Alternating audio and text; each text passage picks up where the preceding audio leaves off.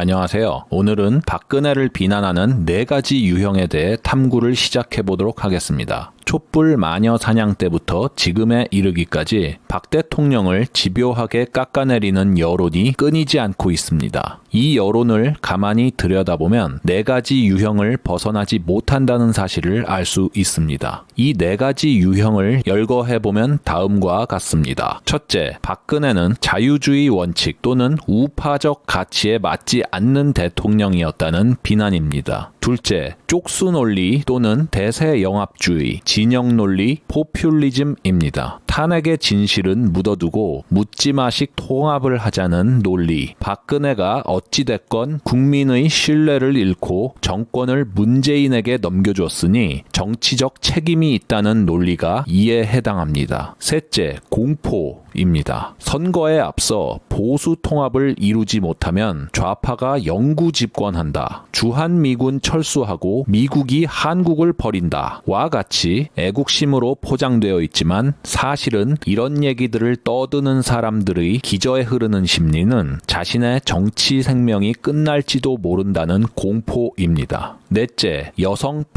비하관념입니다. 박근혜를 비난하는 표면적인 논지에는 여러 가지가 있을 수 있지만 박근혜 부정 논리의 근원을 끝까지 추적해보면 결국 여성 비하관념이 얼굴을 드러냅니다. 오늘은 이 4가지 유형 중에 처음의 2가지만 다루도록 하고 3번째와 4번째는 다음 영상에서 다루겠습니다. 첫 번째의 자유주의 또는 보수 우파의 가치는 2번째 유형인 쪽수 논리, 포퓰리즘과 상충하므로 함께 다룰 필요가 있습니다. 이게 무슨 말이냐면 소위 우파적 가치, 자유주의 원칙이라는 것들은 대중적으로 별로 인기가 없다는 겁니다. 특히 자유시장 경제 원칙에 부합하는 민영화, 복지 축소, 규제 완화, 부유세 폐지 따위는 좌우할 것 없이 대중적으로 인기가 없습니다. 그런데 소위 자유주의자라는 분들은 박근혜 대통령에게 이렇게 요구했습니다. 자유주의 원칙에 맞는 정책을 쓰면서 대중적 지지도 유지를 해야 한다. 대중적으로 인기 없는 정책을 쓰라고 요구하면서 대중적 인기를 유지하라는 얘기죠. 누군가 여러분한테 식사를 대접하면서 내가 오늘 크게 쏠 테니까 많이 먹어. 근데 요즘 너 왜 이렇게 살쪘어? 라는 소리를 했다고 합시다. 이게 먹으란 얘기일까요? 아니면 먹지 말라는 얘기일까요? 이렇게 모순되는 2가지를 요구하면 까는 사람은 참 편합니다. 상대방이 뭘 하든지 깔 수가 있죠. 박 대통령의 경제민주화 공약을 반시장적이라고 비난하고 심지어 좌파 대통령이라고 규정하기까지 하다가 지금은 보수 우파 말아먹고 정권을 문재양에게 넘겨줬다고 쪽수 논리로 비난합니다. 대표적으로 자유주의자 복거일 씨가 바로 이런 레토릭을 구사합니다. 복거일 씨의 이런 이중잣대는 제가 지난 비디오에서 다룬 바 있습니다. 복거일 씨는 경제민주화를 공약으로 걸었던 박 대통령의 과반득표 대선 승리를 우파는 투표하기도 전에 선거에서 진 것이다 라고 폄하하셨죠. 그러다가 복 씨는 홍준표가 고작 20% 넘게 득표한 것을 두고 문재양의 과반득표를 막아냈으니 홍준표에게 고마워해야 한다고 말했습니다. 박근혜 대통령이 문재양 집권을 4년이나 미뤄준 것에 대해서는 왜 고마워하지 않는지 모르겠습니다. 그리고 홍준표가 최저임금이 1만 원은 돼야 한다. 반값 아파트 정책을 쓰겠다. 좌파 정책도 국익을 위해 필요하면 쓰겠다. 라고 얘기한 것은 왜 못 본 척 하십니까? 소위 자유주의자라고 하는 분들의 박근혜를 비난하는 기준이 왔다리 갔다리 한다는 것은 박근혜 대통령의 중국 전승절 열병식 참석을 두고 보인 시각에서도 명확히 드러납니다. 박근혜 대통령이 중국 시진핑의 초청으로 열병식 행사에 참석했을 때 국내의 자유주의자들과 한미 동맹을 중시하는 보수 우파들은 이를 두고 한미 관계를 훼손했다며 맹비난을 가합니다. 저도 그때 박 대통령에 대해 매우 비판적인 입장이었고 지금도 그다지 잘한 일로 평가하지는 않습니다. 하지만 박근혜의 열병식 참석은 쪽수 논리로 볼 때는 옳은 선택이었습니다. 세월호 사고 선거 때 큰 폭으로 떨어진 이후 지지부진했던 대통령의 지지율이 전승절 참석 직후에 50%를 돌파합니다. 신기한 것은 여론조사 결과에서 새누리당 지지층이 민주당 지지층보다 훨씬 더 열성적으로 박 대통령의 전승절 참석에 찬성 의견을 표명했다는 사실입니다. 새누리당 지지층의 찬성이 66.9%에 달한 반면 민주당 지지층은 35.6%에 그쳤다라고 나오지 않습니까? 보수 영남권일수록 연령대가 높아질수록 박 대통령의 열병식 참석에 대해 긍정적인 반응을 보였습니다. 결과적으로 29%까지 내려갔던 대통령의 지지율은 전승절 이후 2배 가까이 상승해서 54%를 찍습니다. 그러니까 쪽수 논리로 보자면 박 대통령은 옳은 선택을 한 셈이고 심지어 보수 우파 성향의 대다수가 열병식 참석을 지지했습니다. 하지만 당시 자유주의자라는 분들은 대부분 열병식 참석에 대해 박한 평가를 내렸습니다. 여기까진 보수 우파의 가치와 원칙에 입각해 본다면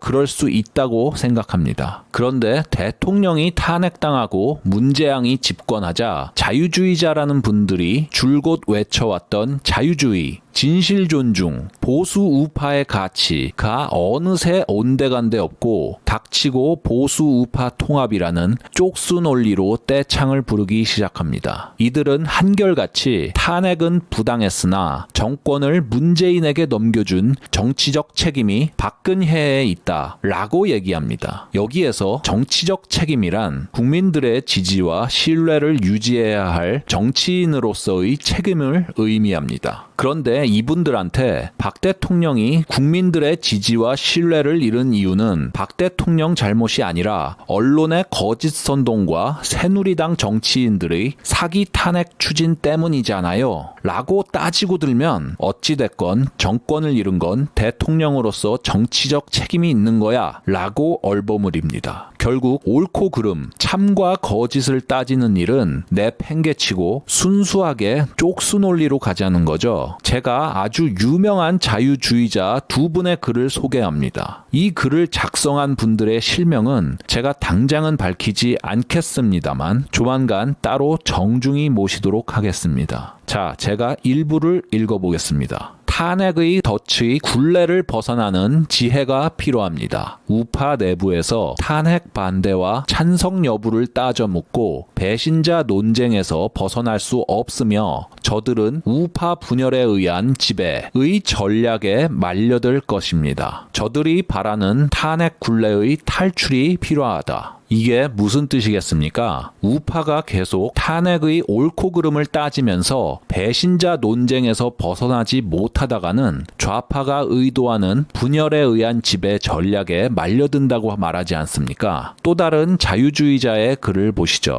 힘을 합쳐 문재인과 싸워야 할 보수가 통합보다는 자꾸 내부 총질과 분열의 모습만 보여서 한탄스럽고 특히 박근혜도 이에 대한 무거운 책임을 져야 한다는 게 이 글의 요지입니다. 제가 일부를 읽어보겠습니다. 박근혜 전 대통령은 대통령이 된 이후 당대표였던 김무성과 면담 한 번 한 적이 없다고 한다. 그러니 보수가 콩가루가 될 수밖에 없다. 박근혜 대통령도 무거운 책임을 져야 한다. 박근혜가 이기면 보수가 망하고 문재인이 이기면 나라가 망한다. 분열의 치유책은 외부의 적과 싸우는 것이다. 나라가 무너지는데 안에서 총질만 하고 있을 여유는 없지 않은가? 이 양반은 내부 총질하지 말라면서 감옥에 있는 박 대통령을 2번 죽이고 있죠. 그리고 제가 저번 비디오에서 다루었듯이 분열의 치유책은 외부의 적과 싸우는 것이 아니라 먼저 내부의 적을 척결하는 데 있습니다. 숙군을 통한 내부 정화가 없었다면 대한민국 국군은 6.25 전쟁 때와 같은 불굴의 투지와 단결된 모습을 보여주지 못했을 겁니다. 닥치고 보수 통합해야 한다. 내부 총질 그만하자. 나라가 무너지고 있다. 이것이 바로 보수를 실질적으로 분열시키는 범 김무성파의 레토릭 아닙니까? 제가 지난 영상에서 범 김무성파 판별법을 제시해 드린 적이 있죠. 이 문구를 처음 보시는 분들은 제가 링크를 드릴 테니까 영상을 보시고 참고하시기 바랍니다. 자, 그렇다면 박근혜 대통령이 자유시장 경제에 대한 이해가 없다, 좌파 대통령이나 다름없다 라고 비난받는 게 과연 온당한 일일까요? 박근혜 정부는 경제민주화의 기획자인 김종인이 박근혜 정부 출범 후 경제민주화가 실종됐다 라고 말할 만큼 출범 이후로 경제민주화 정책을 적극적으로 추진하지 않았습니다. 이 때문에 여권에서는 사실상 경제민주화 정책을 철회한 것이라는 평가가 나오기도 했습니다. 그러나 자유주의자들은 박근혜 정부의 이런 점을 인정해주지 않았고 계속해서 경제민주화를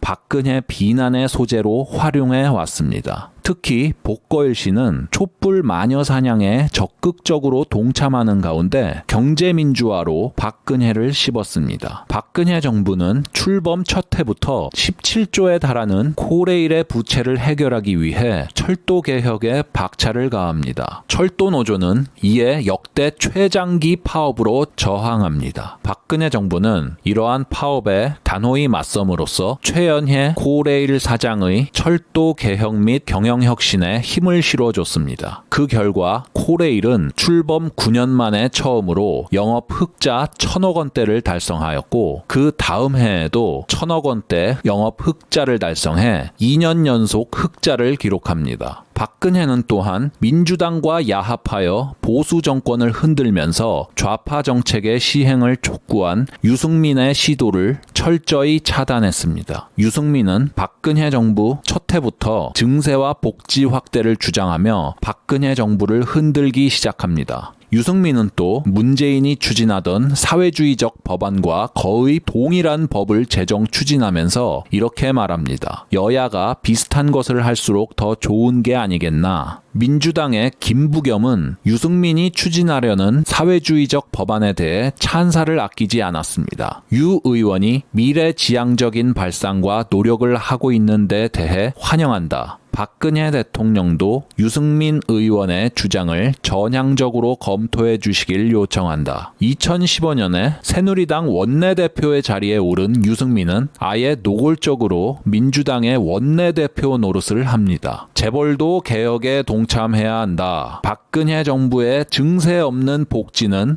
허구임이 입증되고 있다. 부자, 대기업의 증세를 해야 하고 비정규직의 정규직 전환을 강화해야 한다. 심지어 노무현 대통령의 좌파적 행보를 칭찬하기도 했습니다. 유승민은 2015년 4월 8일 국회 교섭단체 대표연설에서 처음으로 양극화 해소를 시대 과제로 제시한 노무현 대통령의 통찰을 높이 평가한다 라고 말하자 민주당은 보수가 나아가야 할 방향을 보여준 놀라운 명연설이다 라고 화답했습니다. 그러나 박근혜는 유승민이 문재인 세력과 결탁하여 발의한 사회적 경제 기본법의 국회 통과를 용납하지 않았습니다. 마지막으로 박근혜 대통령은 문재인 정권을 포함하여 그 어떤 정권에서도 하지 못했던 공무원 연금 개혁을 이루어냅니다. 제가 지금 열거한 사례들은 자유주의자라는 사람들이 먼저 박근혜 정부의 업적으로 인정했어야 할 내용들입니다. 그러나 그들은 이에 대해 거의 언급하지 않았고 간혹 언급하는 일이 있더라도 과소평가하는 데 그쳤습니다. 보시는 글은 한국의 대표 자유주의자 공병호 씨의 유승민에 대한 찬양입니다. 아마 이분이 김무성을 찬양한 글만큼이나 낯뜨겁고 오글거리시겠지만 제가 일부를 읽어보도록 하겠습니다. 이 글이 당시 새누리당 지도부의 압력으로 유승민이 원내대표 자리에서 물러났을 때 쓴 글이라는 점을 염두에 두시면서 잘 들어보시기 바랍니다. 자, 유승민을 평가한 내용입니다. 첫째, 치사하게 꼼수를 부릴 사람이 아닙니다. 둘째, 배반할 사람은 더더욱 아닙니다. 셋째, 자리가 올라가더라도 변함이 없는 사람입니다. 박근혜 대통령 만들기에도 혼신의 힘을 다했던 인물입니다만 일찍부터 이 정권의 인사가 난맥상을 걸어갈 가능성과 어려움에 처할 가능성을 예리하게 내다보았던 드문 사람이기도 합니다. 정말 괜찮은 사람입니다. 쉽게 찾을 수 없는 그런 사람입니다. 이듬해 새누리당이 총선에서 참패하자 공병호 씨는 유승민을 공천 탈락시킨 이한구 공천관리위원장과 박근혜 대통령을 맹비난합니다. 박근혜 정부의 무능함과 오만함, 친박을 자처한 자들의 오만 방자함을 질타한 민심,